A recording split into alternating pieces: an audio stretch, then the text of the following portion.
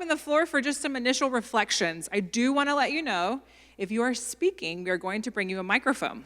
Like everything else that we have done, we have recorded all of the things that have been said. We want to use this for documentation purposes.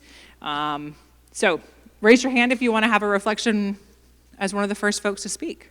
I was just going to say how much I learned. I did not know how many different Christopher Columbus statues were in Columbus, and we were reflecting in my row while we were watching the film how many, I didn't even know about the Italian immigrant family sculpture.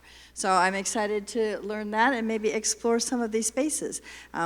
I didn't share, but I will, that I'm in a Vespa Ohio group, and we actually ride our Vespas in the parade for the Italian festival, so that's exciting. Well, you know, my first reaction was that I would thank the authors of this film for communicating the feelings that many of us in the Italian-American community have.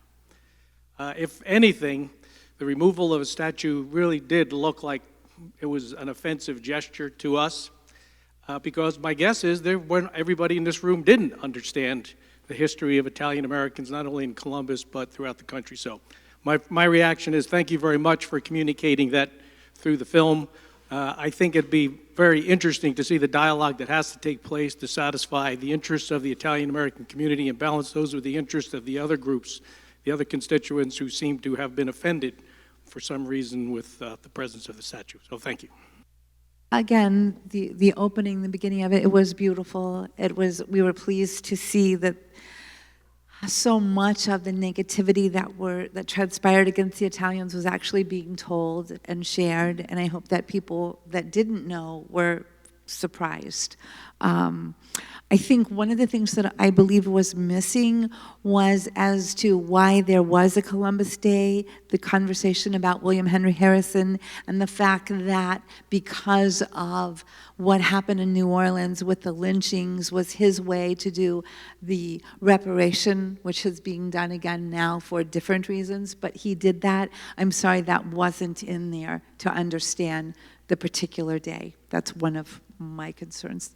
It hasn't been a 2-year effort, it's been a 5-year effort. The original commission was appointed by the mayor under the auspices of the Ohio Arts Council. And I was a member of that commission, as was Yolanda.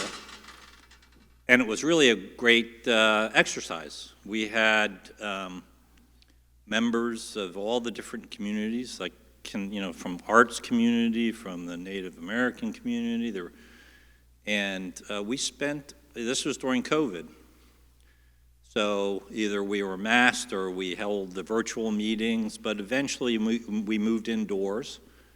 We broke bread at Valley Dale over meatball sandwiches with the Native American group. We had a wonderful exchange, and we came to a decision and a conclusion. And that was to recommend that the statue come back out into the public. This was the entire group, not us. This was the entire group.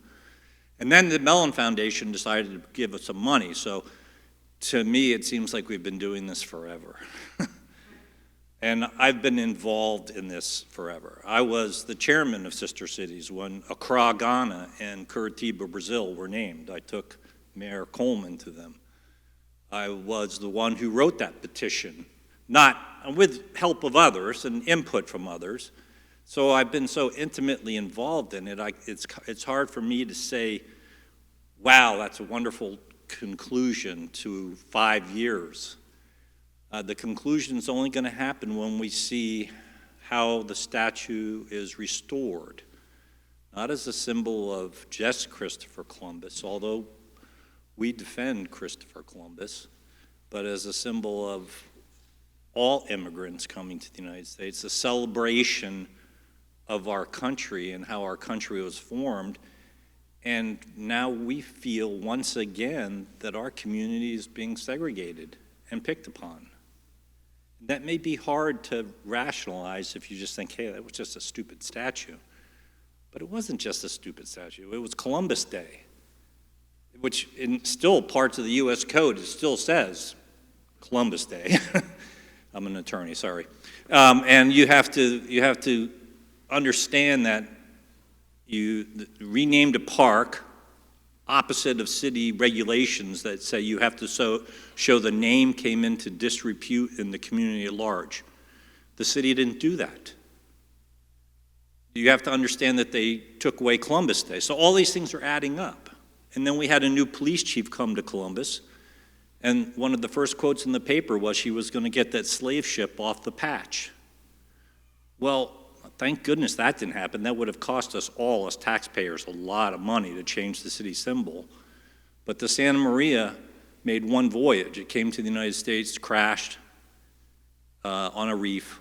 They took the wood, they built it into a fort, and they left 38 people and said, we'll be back for you. Those 38 people, now nobody really knows, but the manifest probably would show that they were the Jewish members of the crew. Why? Because the day Christopher Columbus left Spain was the first day of the Inquisition. They had to leave Spain to avoid religious persecution. But that's not in there. There's a lot of history that's not in there that adds up to this whole story and the whole texture of the story. And I was pretty silent through all this process, but it's just become, it's just this drumbeat of, okay, we're going to do it, we're going to do it, we're going to do it, we're going to do it. Well, I guess we'll see what happens. And I'd like to see Columbus Day restored because it was a celebration, not just of Italians. Actually, Irish Catholics were some of the first people to celebrate Columbus Day in New York City because of the Catholicism. Had nothing to do with the Italians. And I'd like to see our Columbus Park in Italian Village renamed Columbus Park. And I thank goodness we're going to still have the Santa Maria sailing on our patches.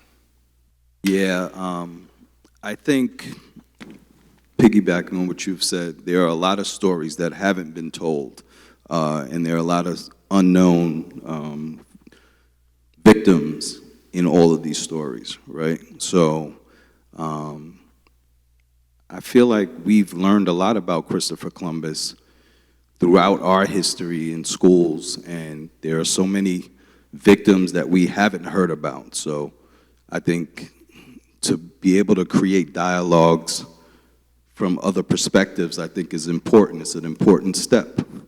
And I think that symbol of Christopher Columbus needs to be edited, and other perspectives need to be added to that monument. So I think it's a really good step.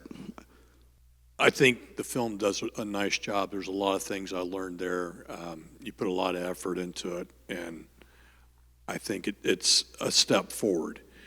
I would like to see the narrative that has come about over the last 20 years be factually. It seems like there's not another side, or we're being told something that may or may not be true. There's no facts to substantiate this.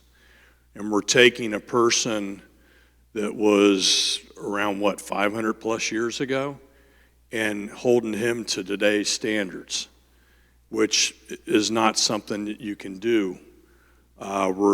We have politicians in our own country, in the United States, that did awful things, and we kind of pushed that under the table.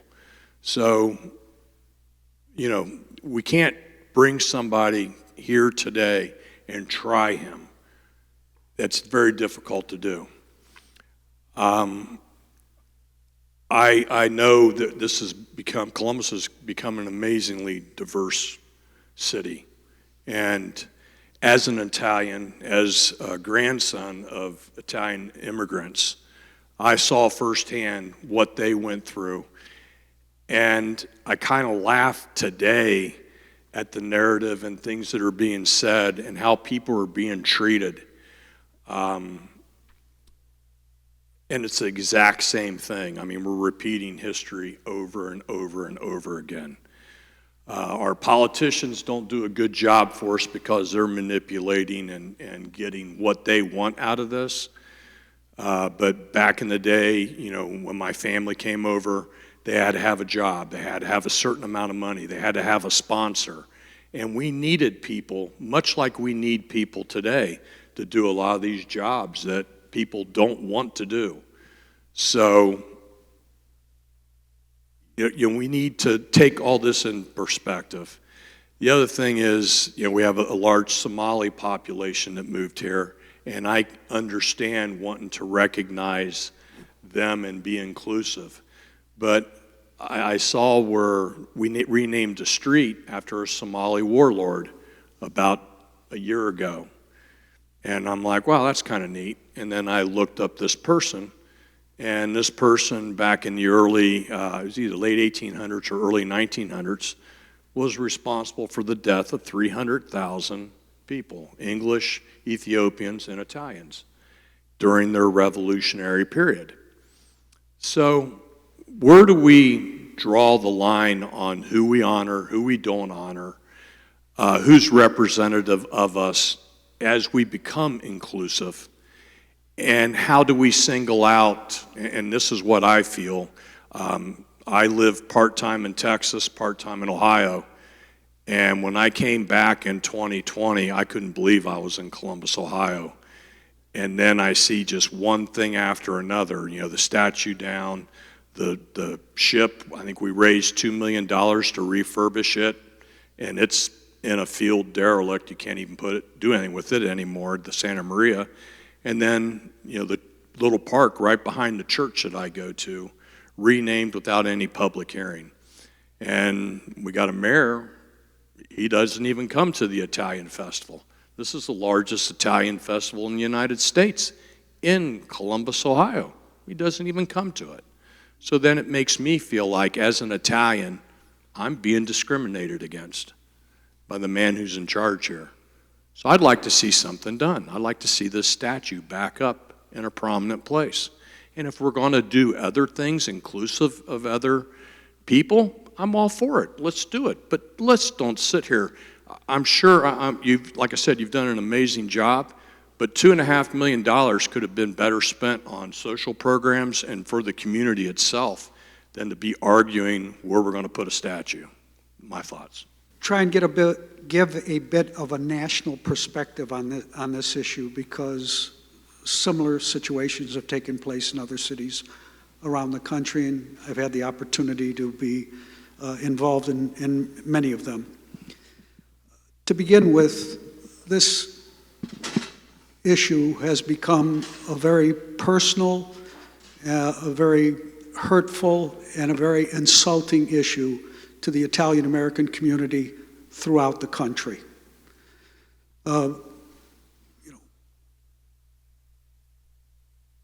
To be the victims of the largest mass lynching that ever occurred in the history of this country, and to not have a word said about that in any of our school history books, and to have the children in this country learn nothing about it, is a clear indication that many people in academia don't perceive our community as being important enough or worthy enough to have its history preserved and have its history taught, just as other groups have their history preserved and have their history taught.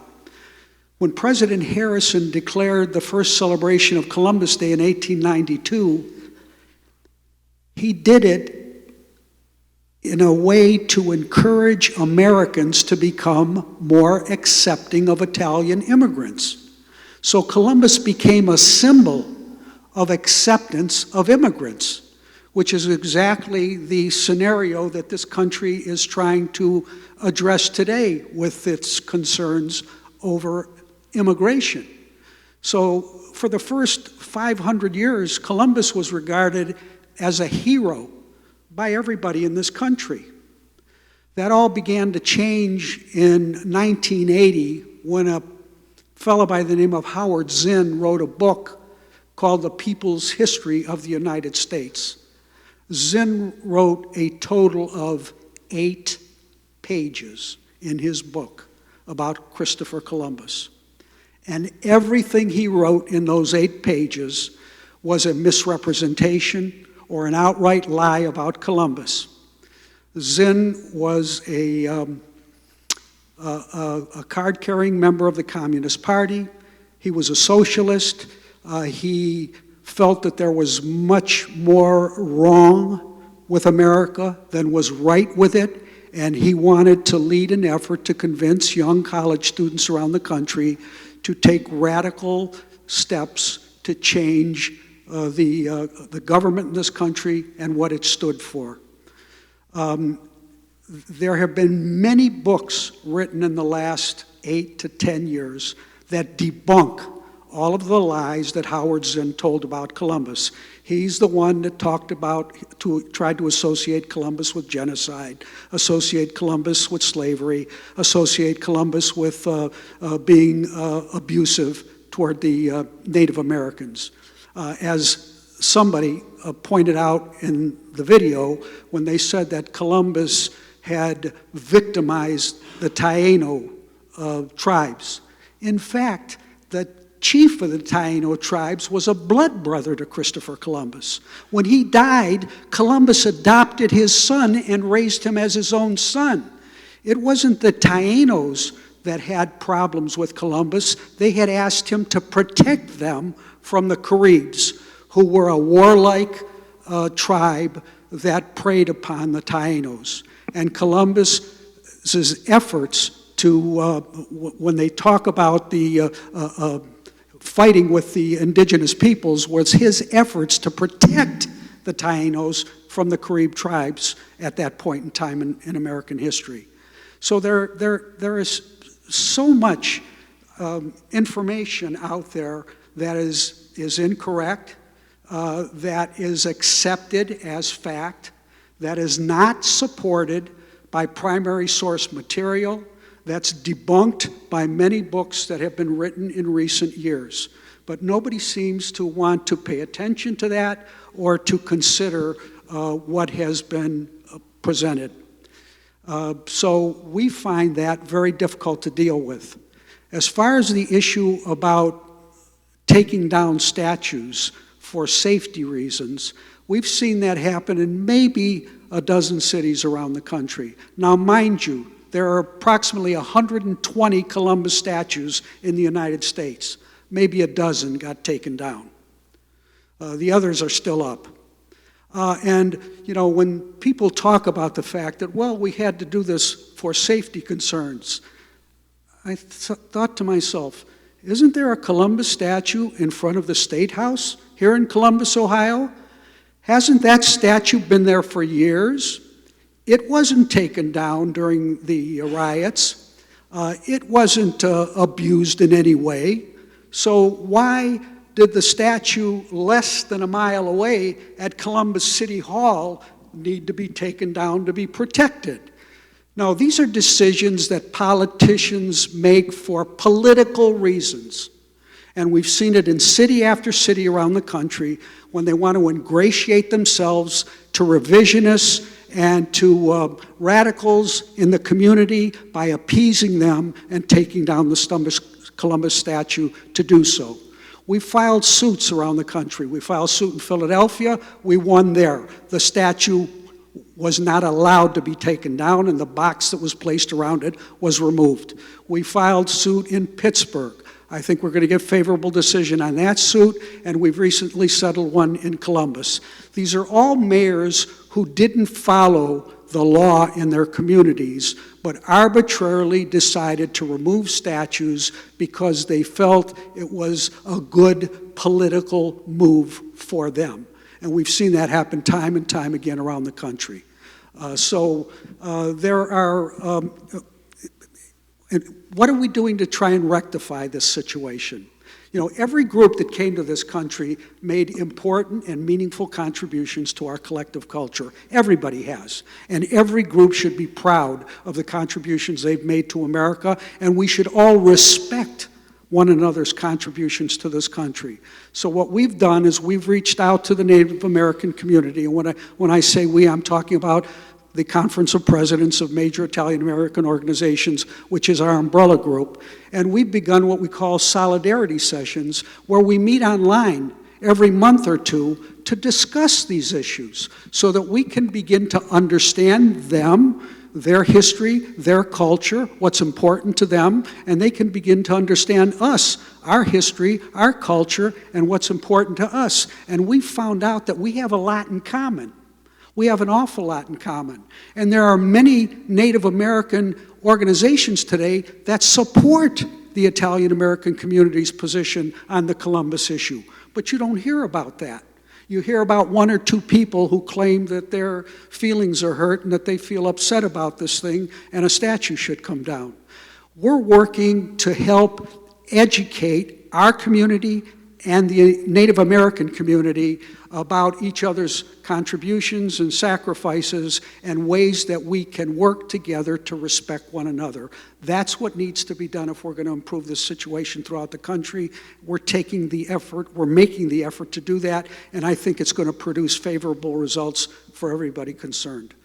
I know that I've gone on for a bit, but I've been involved with this project all over the country, and it is the most important issue that has confronted the Italian American community since the enemy alien designation of World War II. And it's an issue that has caused our community to become unified throughout the country, where we've doubled the size of the Conference of Presidents in just 4 years. We now have 71 member organizations, and your local organization from Columbus, Italian American Organization, will be joining the Conference of Presidents this year as well. Their membership application is going to be approved next week in New York City. So thank you. Before we just go to the next speaker, I just want to respond to the safety concerns. There was actually an independent conservationist who reviewed the piece, like they do for every other piece in the collection, to determine its condition once it came down. Because there used to be a fountain below where the statue actually sat, the ground was hollow below it. The city never filled that with concrete to make it structurally sound. There was a lot of fear around bringing the statue down into a hollow space with people under it and what could happen at that point. In the conservator's report, it also discussed how there was a single pin holding the statue up on the plinth. You can see in their documentation where the single pin was, and the statue never sat level. A lot of people have all of this documentation and memories about sticking pennies under the statue because you could always kind of see under it. And so you can imagine it was actually never a sound installation. And also the City of Columbus doesn't have any public art policy to govern its maintenance. And so the majority of the maintenance that has happened around its entire collection, not just the Christopher Columbus statue, has been really haphazard and responsive and not proactive. And so that conservator's report recommended a ton of maintenance that would have to be done to make it sound. So there actually were legitimate documented safety concerns of the piece itself. I just wanted to put that out there to the room. I know there were hands over there, so I want to honor the other hands. Yeah, thank you. I'll begin by saying that I am a first-generation American of Italian descent. Both my mother and father were born in Italy. And my Italian heritage is something that I'm very proud of. My Italian heritage is something that I often speak to and refer to. However, I do not feel insulted, disparaged, or marginalized because of the fact that the Christopher Columbus statue was taken down. I'm sure that there are many things that have been written in recent history that don't accurately reflect the circumstances surrounding Columbus's voyage to this part of the world. And but I would really be reluctant or careful to dismiss everything that has been spoken about in terms of the treatment of the indigenous people in the Americas. So I think there's probably some balance to be achieved in that kind of discussion, and I think it's important we do that. And it's important that we just not now try to go back to a period in history or time where we can say, oh, well, it was just a mistake, let's just go back to the way it was. Because I think it is important to put now, as you learn more about history, And as you learn about different things, I didn't know about the lynching episode in New Orleans. But how many of us, as we were growing up and studying history, how many of us knew about the massacre that took place in Tulsa, Oklahoma in the early 20s when black communities, prosperous black communities, were decimated? Okay, that's not anything that got into the history books. There's a lot that did not get into the history books, especially with treatment to the Native Americans, okay? And I think it's great that the Italian groups are reaching out to Native Americans and trying to understand their culture. You know, I'd like to see the same thing happen in terms of Italian outreach to the black community to understand all of the the tragedy that has befallen that community as a result of discrimination and hatred over the years. So bottom line is, I think we have to get to a balance. I'm proud of my Italian heritage. I go to the Italian festival. I've been to Italy. I speak some Italian. So it doesn't bother me that his statue is not in front of City Hall anymore. If it's somewhere else, that's fine, as long as it's contextualized too, because I think it is important to give context to history the more we learn about what has happened in the past. So that would be my only caution about in terms of how we proceed. Let's not just go back to the way things were. Let's try to understand what happened, what the sentiments are, and maybe achieve a more realistic version of history and an understanding of where we are and how we've gotten here. And unfortunately, we're living in a time in this country when there doesn't seem to be among some of our leaders a desire to appreciate the full diverse history that we have in this country. So that would be my thoughts. Thank you. Was there a hand? Oh, I was in the right place. Yeah, thank you. My name's Mike Shattuck, and I actually work for Mayor Gunther. Proudly have been with him now for 9 years. And I take umbrage when people say, oh, it's political. Everything's political. Everything we do at City Hall is political. My boss, though, has to weigh the interests and objectives of the Italian-American community, the African-American communities, the indigenous communities, all 955,000 Columbus residents. That's what we do every single day. So when you say it's political, yeah, it is political, but he's trying to do what's in the best interest of all 900 and some thousand people. So I want you to just think about that, because every day we come to work, that's what we have to do. And just a point of clarification, Mayor Gunther does and has been to the Italian Festival. I go to the Italian Festival every year. We don't, there's not big proclamations and we don't put it on the news, but he does that. He goes to, he does. He goes to every year, or often I should say, many, many festivals. So just because you don't see him there, or we don't, publicize it, doesn't mean he doesn't go. So I just wanted a point of clarification.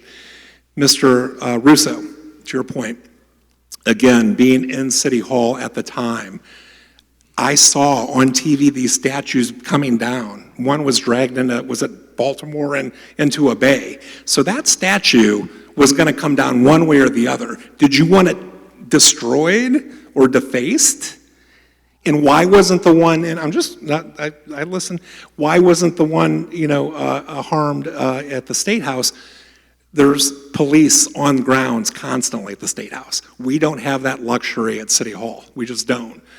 So we did what we thought was in the best interest at the time, knowing that statue, and hopefully we'll see what happens when the statue does come back, and my mayor is on the record saying he wants that statue back in public. But do we contextualize it? Do we tell the whole story rather than just have a statue up by City Hall? But what I'm most proud about, finally, and I'll wrap it up, is what we're doing here, this process. And you're right, Jamie, it's been 5 years. This wasn't 2 years, so that should have been clarified. This has been a 5-year process. But what I'm proud about is we're having these discussions. There's a lot of cities in the country that don't do what we do. There's a lot of mayors that take the statue down, put it away, it's gone. Or keep the statue up, we're not going to debate it. We do things differently here in Columbus. We talk about the Columbus Way. That's not propaganda. That's not, a marketing tool. We come together as communities. We're not always going to agree, but we're going to be respectful, right? And so I'm excited about the process. I thank the people that take the time to do this. Is everybody going to be happy at the end of the day? No. But guess what? That's politics. It's what my mayor and what city officials and what our the city of Columbus employees, over 10,000, do every day. Whether you see them or not, that's what they do. They come to work and try to do what's best for everybody. So. Great, thank you. Well, first, I want to say thank you to all of you for sharing your stories and for being vulnerable and being comfortable sharing your stories. For me, it's been very impactful, and I want to say thank you to that before I sort of share my insights. So, as I was sitting here listening to everything everyone had to say, the part of the documentary I contributed in was talking about the man who named Columbus, Joseph Foos. And it was sort of inspirational to me because as I'm hearing everything you're saying, it was making me think about, that was what Joseph Foos represented when he was a state senator. So, for example, back in the early 1800s, you had Federalists, and then you had Democratic Republicans. He represented a Democratic Republican, so he was known in the newspapers for talking to all areas of life, talking to all levels of education, and he was known for listening to all the people. So it was really impactful to me to hear all these stories. And then also, Joseph Foos fought for the War of 1812. He was in charge of the militia. He was in charge of the people who did the hard work, who had to earn their way. And he also came up with innovative ideas because he loved his community. For example, he started the idea of the Panama Canal 100 years before the Panama Canal actually happened in Ohio. And he was laughed at for his ideas when he had them, but he still stood by them and was proud of them. So, I always say whenever we go through, thinking of different perspectives, thinking of different people's ideas, sometimes it's really valuable to go back to the beginning of the story and go to your roots and see how you're all connected together with that. So thank you. This was really great to hear. Hello. My name's Rio. If you can't see my hat, I'm an Italian American. I think the three words that kind of summarize tonight's event for me are context, education, and I already lost my train of thought. That's my ADHD. But let's talk about education first of all. So this is a great opportunity for all of us to learn. I learned some things from that film that I didn't know. I think everyone in the city or the country should see that film. I'm very appreciative of the naming of Columbus and how that came about. I did not know that. The other thing was balance. That was the other thing, context, education, and balance. Because, I do feel diminished as an Italian American with everything that's happened. Renaming the park, not celebrating Columbus Day, taking the statue down. This has an impact on all of us. But I also understand the reasoning behind it. I do want to see the statue back up, but I do believe there needs to be balance and there needs to be context. So I'm okay with, there's pros and cons to everything. I'm okay with the statue not being in front of City Hall. I think that's a very public, prominent location that might be intimidating to some people. But I want to see it somewhere where it's accessible and somewhere where we can celebrate what it represents to some of us. And I don't think, like you said, you can't hold Columbus accountable to today's standards, right? You can't take that, that's like taking it out of context. You can very easily change the meaning of something by just taking it out of context, right? So, but the balance has to be there and the education has to be there. And it's not just about, we're adults. This is the kind of discussion that we should be having with the curriculum at the educational level for our students, right? All of these things that have come up, not, you know, we're kind of, you know, like, right? We're more aware, I guess, of some of the things. But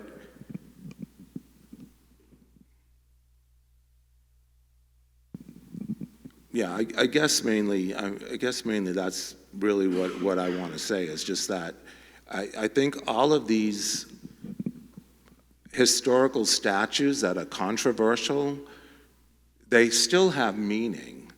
And I think, you know, presenting them in a way that shows the pros and the cons and the history behind it, it gives everybody like a more balanced perspective.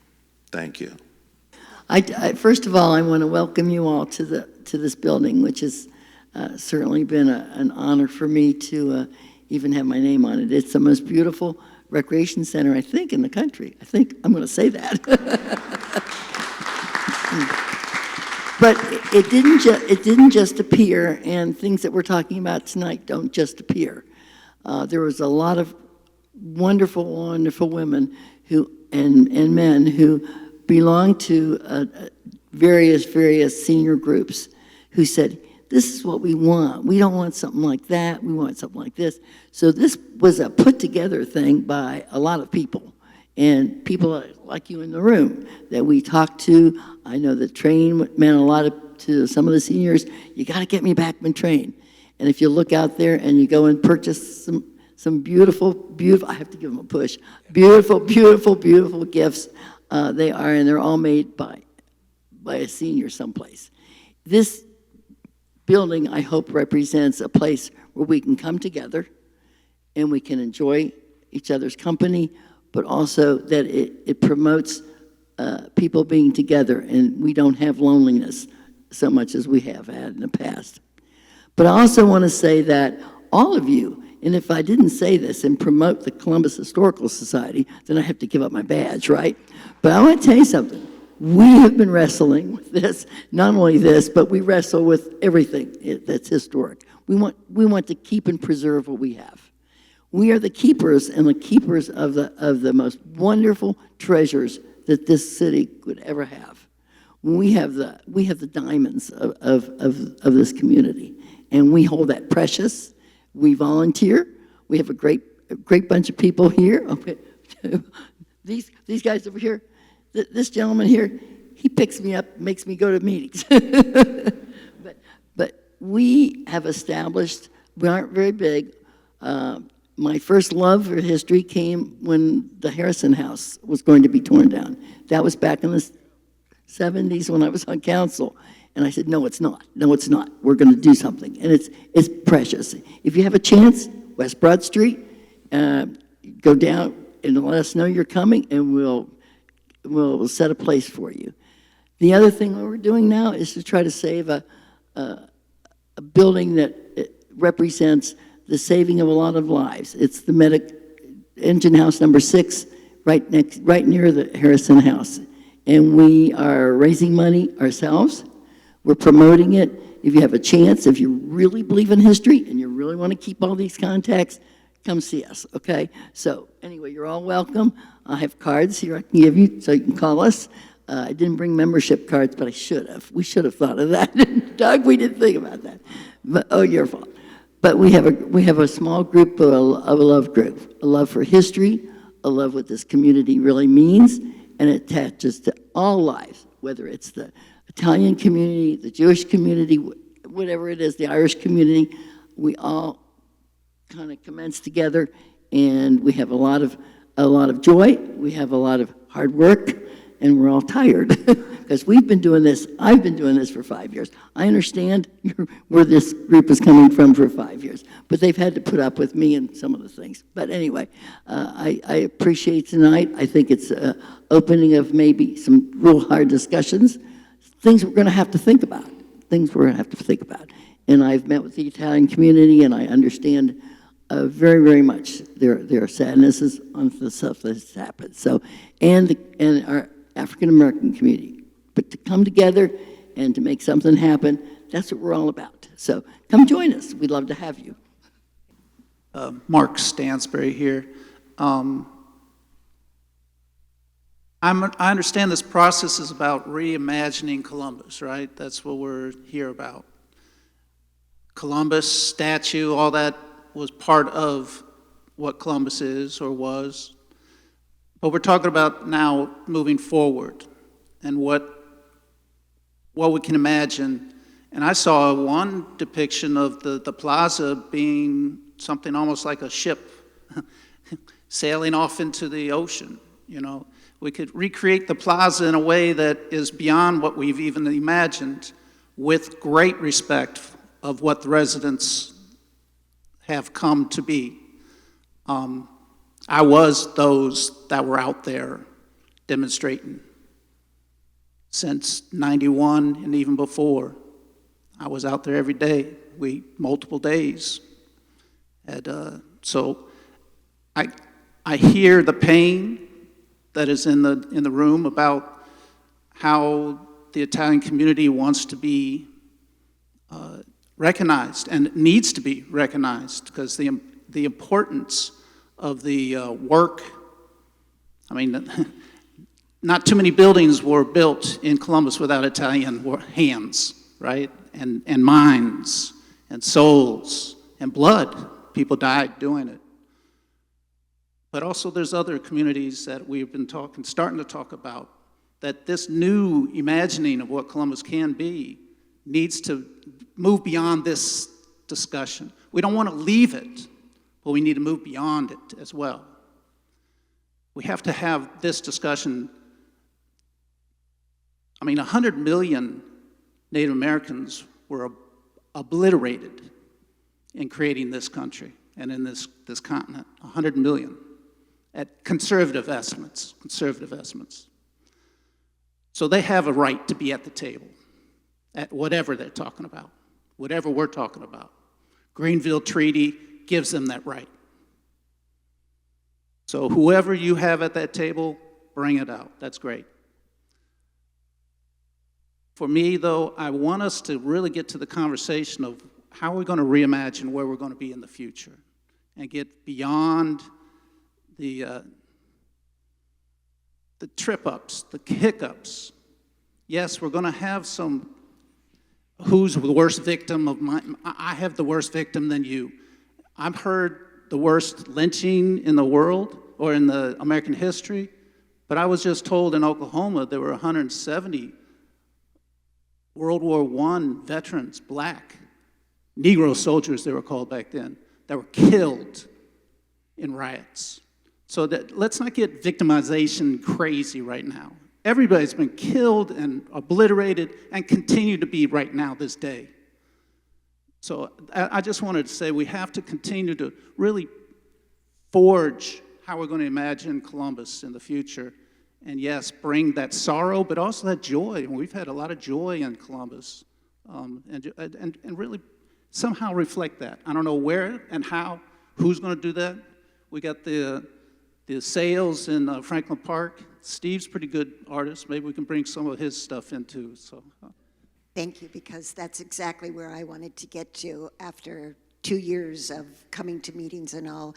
And I'm probably going to throw it back to the people that have organized all this, is where are we going?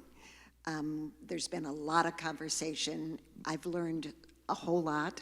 I think we continue to learn our entire life. Yes, some things should be brought up in education sooner, but from what I've learned, I think that we can grow, and I wonder when is it going to be that we're going to see the fruits of the 2 years that you've been working on this project. This will be just very brief. I really appreciate your remarks about the important thing is about where we go and how we reimagine.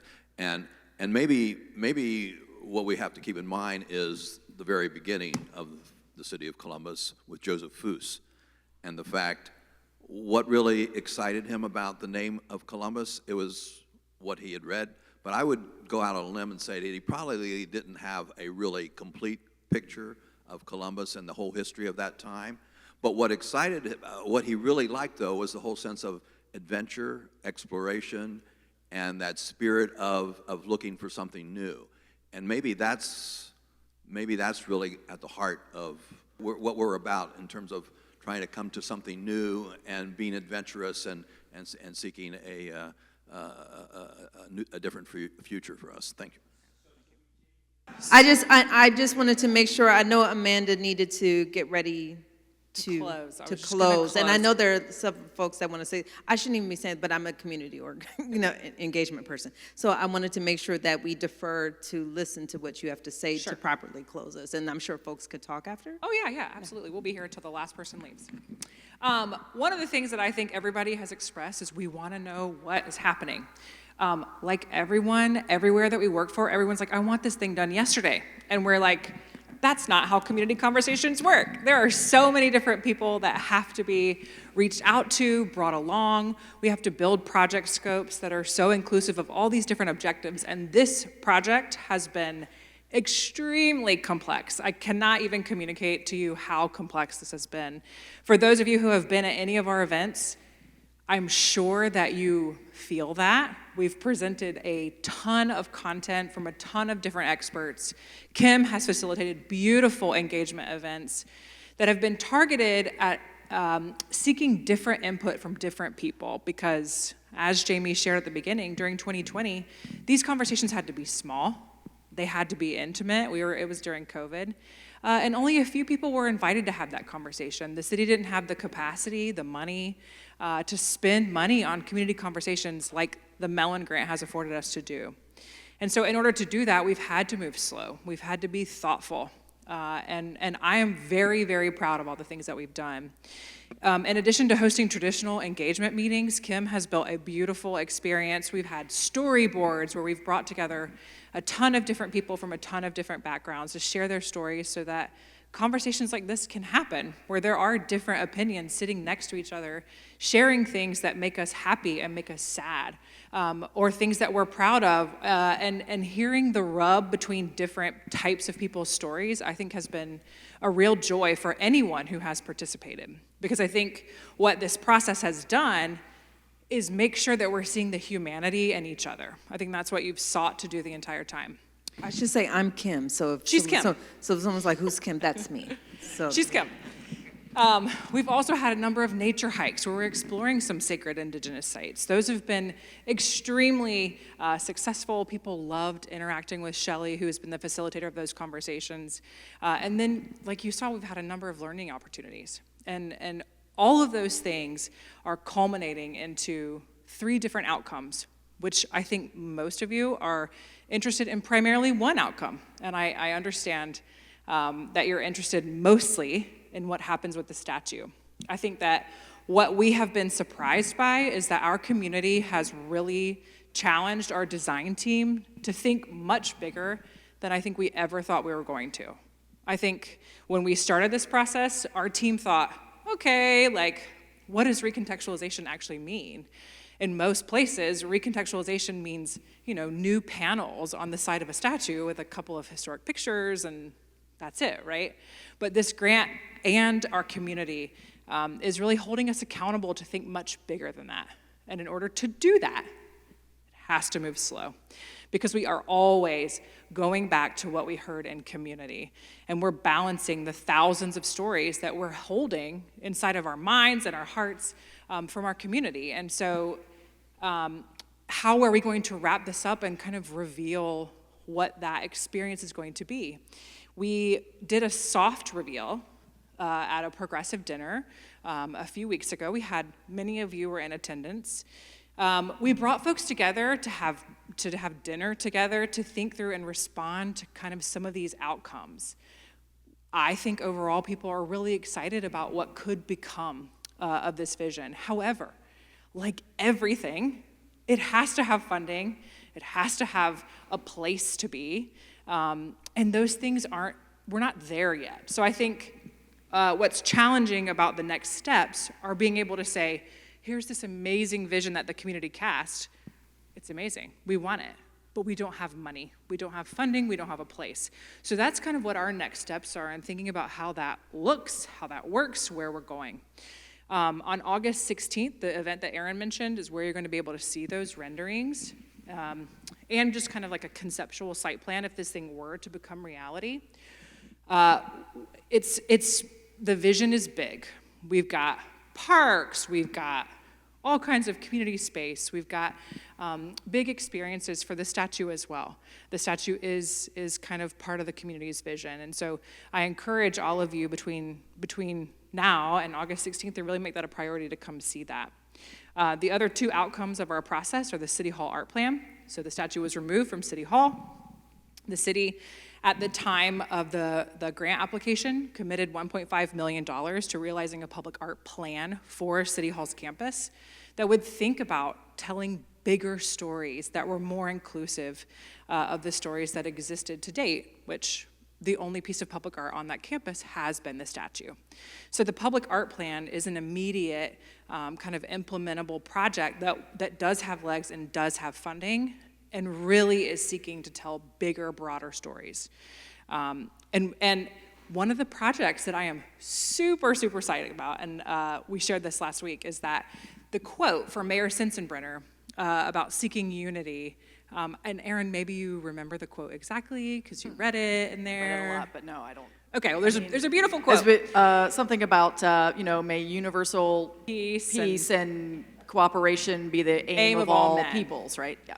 One of the big projects that we're envisioning that would be permanent would be that going into our sidewalk as you walk into the City Hall entrance. It honors the gift of the statue and the intention behind the statue. And it is something that we can all agree with and acknowledge, and it does have merit and value outside of the letter that Mayor Sensenbrenner wrote. It is something that we can all aspire to. And so I know Jamie is frustrated about the timeline, and he's tired of waiting, and I know you're like, I want to know what's next. But I promise we have worked so hard to include all of these desires and all of the different outcomes. And I'm proud, our team is proud. There's like 25 people who are working on this who have dedicated so much time. And everybody is August 16th. Yes. Saturday. Oh, it's gonna be great. Yeah, outside. Come to Whetstone, Shelter House 1. There's gonna be a storytelling moment. Then you're gonna get walked into the woods. You're gonna experience the renderings on either side of you in a cathedral-like setting. We've hired a naturalist to lead a family activity out in the creek, out in the Adena Brook, and then you're gonna be sent off with a prophecy and offered hot dogs and hamburgers. But it's gonna be great. It's gonna be really fun. So August 16th, we'll send out some reminders. Parks has just approved our permit, but yeah.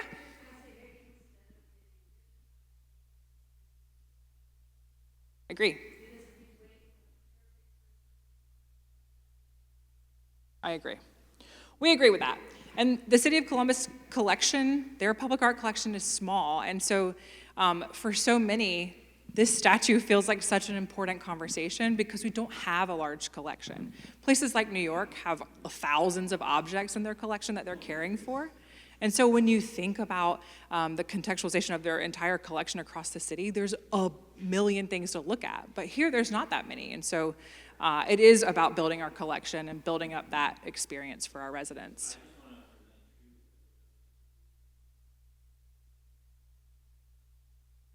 True.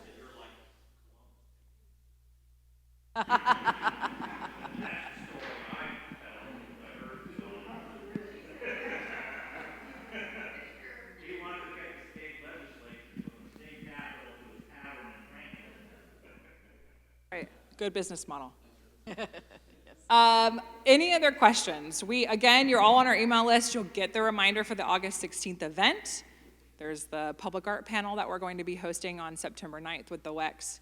And we really appreciate all of you showing up here tonight, being vulnerable, sharing your stories and your opinions. We know that these conversations are extremely difficult. We have been having them daily for 2 years. And so I appreciate you. 5 years for Jamie. But we really are grateful to you. We're thankful that you came. We hope you enjoyed the film. and we look forward to sharing our outcomes with you in the coming months. Thank you.